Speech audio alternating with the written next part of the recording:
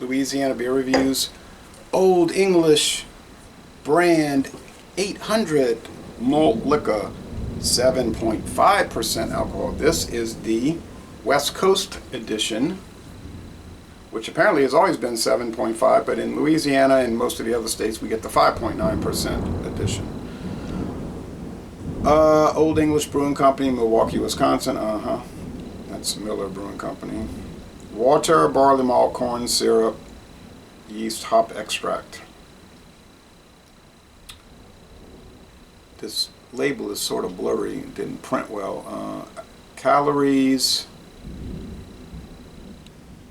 serving size 5 ounces. Okay, so 86 calories per 5 ounces. They're recommending only drink 5 ounces. It's got a best by date. When it's out of date by about 3 months, but not quite 3 months. So, but at 7.5 is probably all right. This was sent to me by Hector in Los Angeles. Thank you, Hector.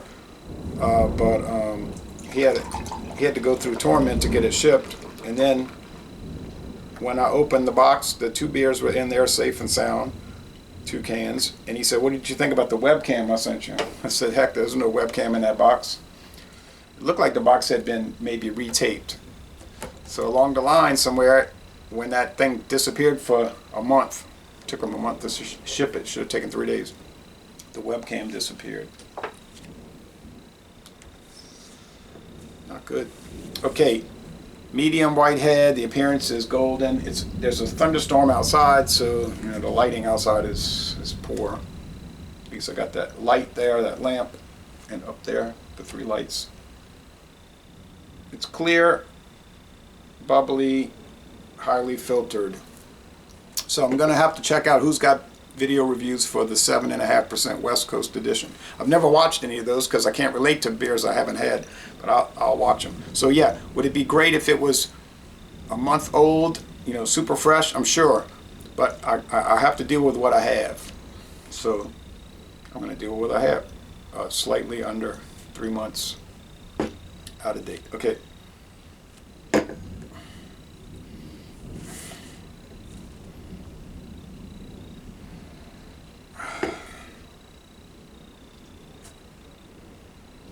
In Europe, this would be like an adjunct Hellesbock.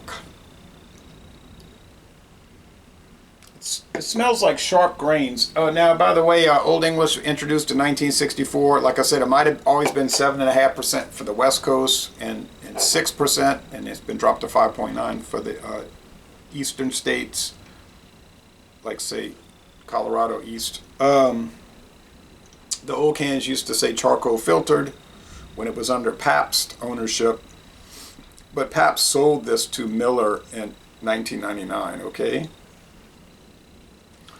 So it says R, registered trademark, U.S. Patent Office. And they say it's got a crown because it's the king of malt liquor. All right. In Texas, I used to be able to get this HG 800, high gravity 800, Olde English 8%. That's been discontinued. Never saw it in Louisiana. We can still get the 18-ounce glass bottles. Pint cans, very common. Most common format at this time is the 42-ounce plastic bottle. All right. So rich grains. It's a multi-grain, corn and barley. A duo grain. All right. What kind of hops? I don't know. Let's go with the flavor. Thanks again, Hector. Sorry you had to go through all that, as they say in Louisiana, southeastern Louisiana, all that comasse.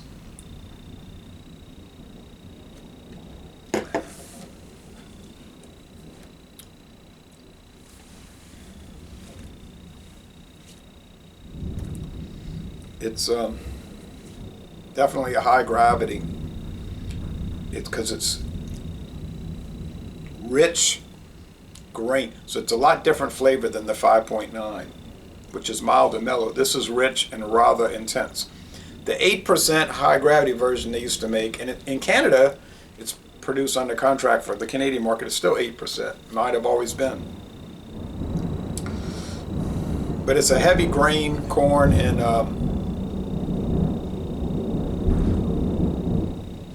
barley combination. And So a little chalkiness that you get with these high gravities, not too much here. Hop bitterness. It may be in play, but you won't perceive it. The IBU is probably around 18 to 20 on this, but you won't taste it. It'll taste like it's 1 out of 5 hop cones at the most, because they're only used to balance the sweetness and round it out. High medium body, nearly heavy, and a semi-sweet finish. So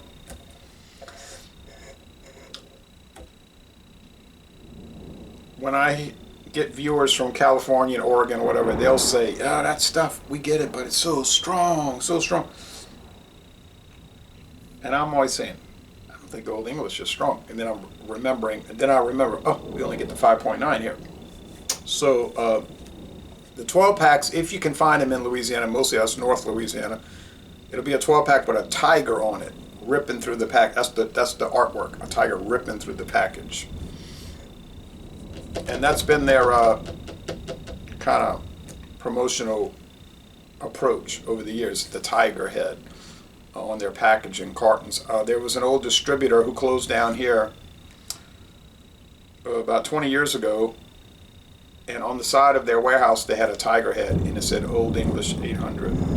It's mostly deteriorated now. You can barely make it out, but I remember when it was, wasn't old.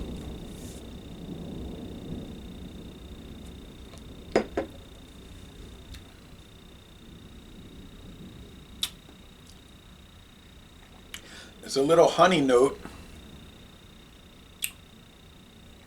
Could be using honey malt. There's a little tingle of bitterness, like I told you, but still only 1 out of 5 hop cones. Sweetness. Let's see about the sweetness. Now I had this in the freezer for a little while I was setting all this stuff up, because you want these to be dead cold. Really at the freezing mark. I would say 3 out of 5 sugar cubes. It's a relatively sweet product. And like I said, a semi-sweet finish. Well, I don't think I would drink this too often. It's too heavy, it's too strong, it's too bold, it's just too much of everything. But as an occasional product, it's really nice. And it has more character. And remember, this is an out-of-date can. So imagine if I had a fresh one. But from my experience, the Olde English, which I do like, and I would drink it, regularly if I could get 12 packs of it, or 30 packs up to 12 ounce. I like the 12 ounce cans because I can drink them out better. I can portion them out better. 16 ounce throws off my count, because I'm really strict about what I drink each week. And it's typically 22 to 24 ounce, 22 to 24 12 ounce cans or bottles each week.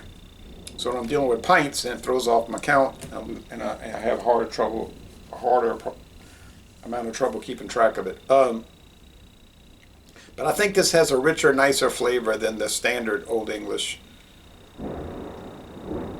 brand 800 malt liquor, because it's just got those bold things. But it wouldn't be too enjoyable if you drank it all the time. I think it would get a little old now. Where I live along the Mississippi River, go to any convenience store, they will always have the big bottles of Olde English. And it might be 5 facings of it, and all the way to the back. Running about $2.39 per 42 ounce bottle. And most of the stores will have 2 facings of Steel Reserve 211, the 6% version. We get Steel Reserve 211 6%. Most states get the 8.1, the rather harsh and unpleasant 8.1%. But we get since 2003, we've been getting the 6%. From 98 to 03, at least 98 to 03. 98 was the first year I saw it. We got the old 8.1, which I bought, but it was just a little that was back when it was not owned by Miller. It was independent. A little much to take back then, but this is a real winner, Hector. I'm shocked. So if I lived in those states where it's sold, and it might only be 5 states, 6 maybe, Nevada included, but once a month I might buy it. Flavor-wise, you could drink it every day. It's just the body and the heaviness and the sweetness. You couldn't take it too much. It's too rich, in other words. Helles Bock. 8%, I guess you'd be getting into Doppelbock. Well, let's think about that. 7.5. No, I guess those Doppelbocks usually coming in. They're usually coming in at the high 7, 7.8, 7.9, like Optimator, Salvatore. Aren't they both 7.8, 7.9? But you let me know. I think 7 to 8 is kind of in the middle. If it is it a Helles Bock or a Helles Doppelbock. But